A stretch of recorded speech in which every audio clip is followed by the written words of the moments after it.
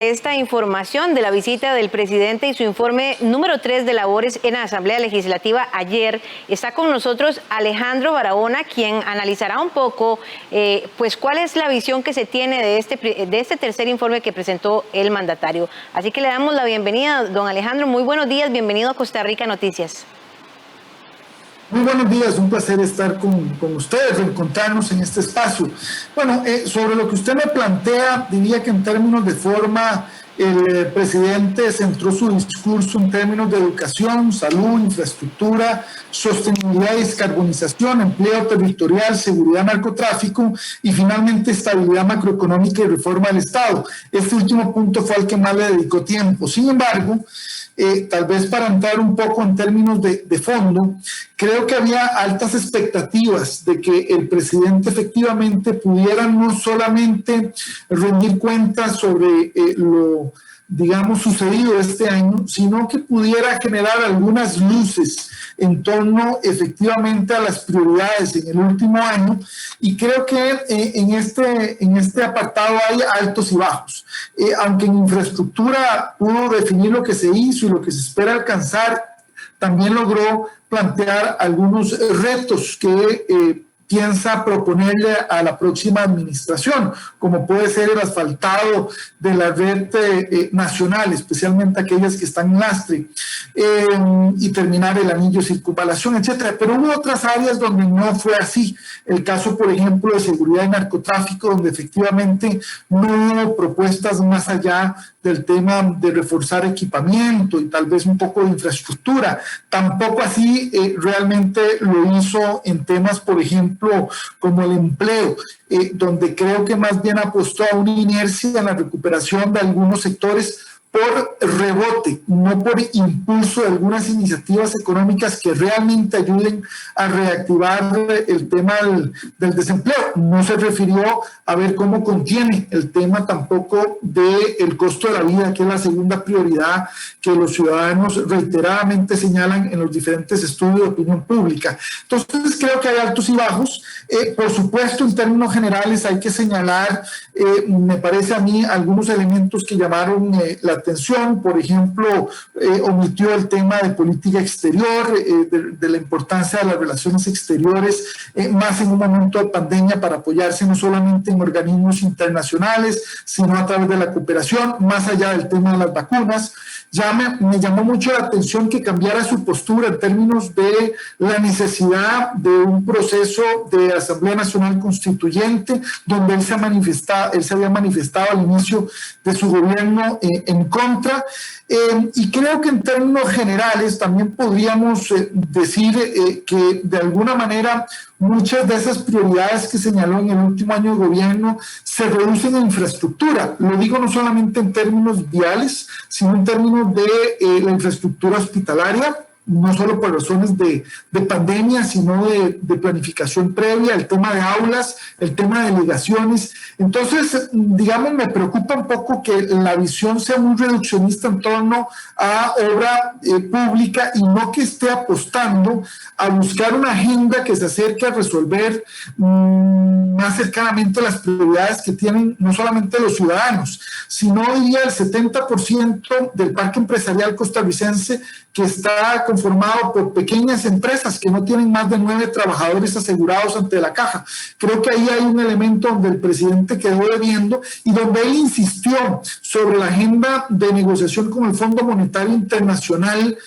como prácticamente única opción para balancear las finanzas públicas, y no así, como digo yo, en tratar de tender puentes a ampliar o diversificar la agenda política nacional con temas, como digo, mucho más cercanos a la situación socioeconómica que viven los costarricenses. Don Alejandro, me parece que el informe de labores del presidente no trae muchas sorpresas, como usted lo menciona. Pareciera más bien como que está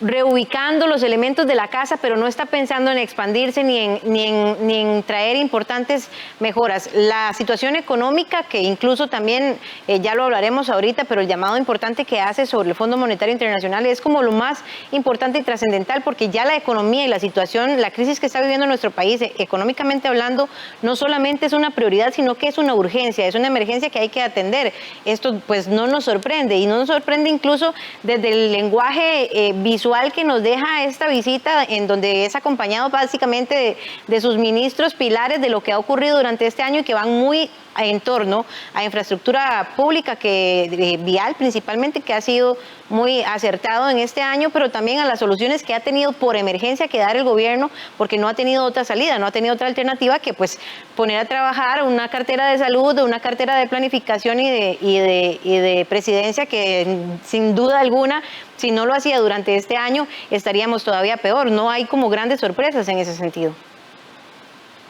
Bueno, yo creo que la sorpresa es efectivamente que haya desaprovechado la oportunidad para en el cierre de su administración plantear una visión mucho más balanceada de lo que requiere el país, más allá de esos pilares a los que usted se refiere. También creo que hubiera sido mucho más importante no solamente, por ejemplo, pronunciarse a irregularidades en el ICE, Jateva o la carretera San Carlos, sino haber puntualizado cómo pretende no solo resolverlo, superarlo, sino cómo replicarlo en otras instituciones públicas. Una de las preocupaciones también de los costarricenses es, por ejemplo, Recope, sobre el cual no se pronunció. Pero digo yo que hay un retroceso en los indicadores socioeconómicos a los cuales el presidente realmente no se refirió, y ese retroceso no se había visto desde hace 40 años en nuestro país. Y hubiera sido clave que en su discurso pudiera no solo referirse a ese impacto, que no es solamente producto del COVID, ojo a eso, ya teníamos un retroceso importante antes de la llegada de la pandemia, pero sí ciertamente era necesario tener una visión un poco más allá del balance de las finanzas públicas, y creo que ahí el presidente peca por de alguna manera volver a caer en el monotema de la necesidad, dice él, de estabilizar las finanzas públicas, discurso que ha tenido desde el primer año de gobierno, y no, como digo yo, ampliar en términos de entender que después del impacto socioeconómico que han tenido los indicadores, es necesaria esa ampliación de la agenda, no solamente para algunos sectores empresariales, es que lo necesitamos para todo el país, desde el agro hasta las zonas francas dedicadas a la exportación. Y creo que el otro elemento también importante es que no sentí que finalmente tendiera un puente, sino hacia el cierre su discurso en buscar esa apertura con partidos de oposición que tienen la mayoría de los votos en la Asamblea Legislativa, haber procurado un poco más ese acercamiento, ya no solo en términos de estos 2 meses que quedan de las sesiones en donde el Ejecutivo tiene liderazgo, sino más allá de estos 2 meses, diría yo, en el último año, para tratar de sopesar una agenda que, independientemente quién la define, sea de alguna manera de un mayor alcance, un mayor calado, un mayor, diría yo, un mayor acercamiento a los sectores. Creo que ese elemento para mí sí resulta un tanto sorpresivo, y el que no se haya pronunciado algunos errores de la actual administración, porque al final de esta administración seguir de alguna manera solo pasándole la factura a las administraciones anteriores no es de recibo, máxime que el presidente Alvarado fue ministro en 3 de los 4 años de la anterior, con lo cual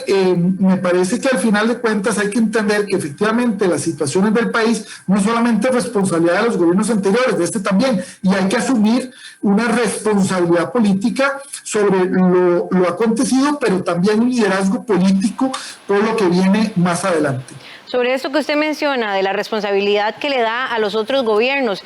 es parte de una excusa, don Alejandro, y se escuda también con la situación del COVID. Claramente, y no es una nueva noticia, ni es una noticia de Costa Rica, es una noticia del mundo. Los golpes económicos que ha dado la COVID han afectado muchísimo, pero ¿no lo siente usted más como un escudo que está utilizando el presidente para decir en otras cosas no ejecuté? Incluso aquí en Costa Rica Noticias lo hablábamos y lo analizábamos también hace un día, como otras carteras que han hecho, que han ejecutado, cómo están, quiénes las conforman. Bueno, mire, yo creo que no solamente hay excusas, digamos, hay una narrativa de alguna manera para excusarse, en el sentido de distraer la atención también. Dijo él en su discurso que si no habían abordado otros temas es porque estaban atendiendo prioridades. Luego también que estaban centrados en el ICE, Jadeva y la ruta San Carlos, y que tal vez por eso no pueden entrarle a otros temas. Diría que el tema de las finanzas públicas, etcétera. Yo creo que la gran pregunta que a estas alturas nos hacemos es por qué hay carteras que se han logrado avanzar durante esta administración, pese a que estamos en pandemia, pese a la crisis fiscal. No hablo solamente del tema de infraestructura en materia vial, hablo, por ejemplo, también de los anuncios que el presidente hizo, por ejemplo, en infraestructura educativa. Hablo solamente de las aulas, de los edificios, no tanto de la infraestructura informática, o por qué salud ha podido demostrar, digamos, por qué el país ha invertido durante décadas en salud y por qué hemos logrado hasta ahora, tener altos indicadores de salud. Yo creo que la respuesta se puede reducir no solamente en términos de un liderazgo, sino de una consolidación de políticas públicas y una institucionalidad robusta. Pero también en ese liderazgo me parece que entendemos por qué el presidente ayer, cuando salió del plenario, plantó a su ministro de Obras Públicas, de Salud, acompañando a la ministra de la Presidencia para efectivamente pronunciarse sobre el discurso. Creo que trataba un poco de, reforzar la atención en el discurso alrededor de estas figuras que sin duda alguna son las que mayor popularidad tienen entre los costarricenses, lo que denota al final de cuentas la importancia no solo del liderazgo, la institucionalidad, sino también, diría yo, de la visión país en torno a estas prioridades. Pero yo quiero decir lo siguiente, donde sí creo que hubo de alguna manera algunos mensajes para diluir la atención es cuando manifestó que anoche llegaban las vacunas, el contingente más grande de vacunas, o que, por ejemplo, el día de mañana jueves se va a anunciar el retomar un centro cívico para instituciones públicas alrededor de Plaza González Víquez. Entonces, hay elementos donde creo que, lejos de mantener la atención en el discurso y en algunos de sus planteamientos, él trató de distraer la atención, por lo menos a nivel informativa, noticiosa, en algunos otros temas, incluyendo la ampliación de algunas medidas sanitarias por el resto del mes de mayo, y con lo cual creo que en lugar de analizar el discurso, en lugar de tratar de contribuir en términos de, ampliar la agenda y por qué no, fortalecer desde los diferentes sectores las urgencias y las prioridades, creo que lastimosamente el propio gobierno trata de diluir la atención alrededor del discurso con otros hechos noticiosos, lo cual me parece que lo que le da es pie a que efectivamente no solamente el gobierno ha ido perdiendo confianza y capital político, sino que de alguna manera traslada esa atención a la campaña política en el último año. Y creo que eso va en contra del discurso que el propio presidente había dado semanas atrás en torno a que mantuviéramos la atención en avanzar en una agenda política y no distraernos en una campaña electoral. Entonces, como usted ve, hay contradicciones en el mensaje, pero también en las formas, ¿verdad?, en torno a algunos elementos que el mismo presidente incluyó en su discurso. Y eso me parece que es un elemento que no solamente es falla del presidente y probablemente del ministro de Información, sino de quienes tenían la labor de revisar el informe para tratar de depurarlo de cara a la rendición de cuentas. Y un último detalle, esta rendición de cuentas me parece no iba dirigido a la ciudadanía, me parece que iba dirigido más a las fracciones legislativas, porque al final de muchos de los puntos le pedía a la Asamblea Legislativa la aprobación de otro proyecto de ley, no tanto en hacer empatía con el ciudadano y su problemática. Don Alejandro, para cerrar, porque ya nos queda solamente un minuto, hablemos así muy breve, tal vez como en menciones del futuro, de este año que le queda al presidente, un acercamiento que tiene que hacer, como usted lo mencionó hace algunos instantes, con los diputados, incluso no solo de la oposición, sino también del Partido Acción Ciudadana, que han estado muy desquebrajados, y también con los sectores de nuestro país, con quienes tienen muchos problemas, tanto con los sindicatos por el tema de empleo público y con los empresarios por una situación económica que les está afectando muchísimo. Brevemente. Mire, es absolutamente necesario crear esos vínculos para no tener un ejecutivo confrontado con un legislativo, y eso solo se puede hacer desde una perspectiva de madurez política para tender los puentes. Pero yo quiero decirle lo siguiente: las prioridades, al final de cuentas, creo que el presidente las tiene claras. La necesidad de avanzar en el proceso de vacunación a un mayor ritmo, creo que ahí él se refirió. El tema, al final de cuentas, de seguridad y narcotráfico, a lo cual me parece que quedó debiendo, porque habló de infraestructura, equipamiento, pero no tanto de cómo efectivamente reducir los índices de criminalidad, que se conformó diciendo que son muy parecidos a los del año anterior. Y finalmente creo que hay dos elementos claves: el tema del empleo a nivel territorial, no solamente en el Valle Central, y finalmente la estabilidad macroeconómica. Creo que esos son elementos en donde coincido que efectivamente hay espacio para ampliar esa discusión, y no solamente limitarla desde la visión del Ejecutivo, sino a partir del aporte de fracciones legislativas, sectores económicos, laborales, etcétera, para efectivamente no solamente enriquecer esa agenda, sino bajar la presión y el descontento que ya existe en las calles. Perfecto, don Alejandro. Muchísimas gracias por acompañarnos esta mañana en Costa Rica Noticias. Muy buenos días, muchas gracias por la invitación. Y el 79% de los cantones de nuestro país se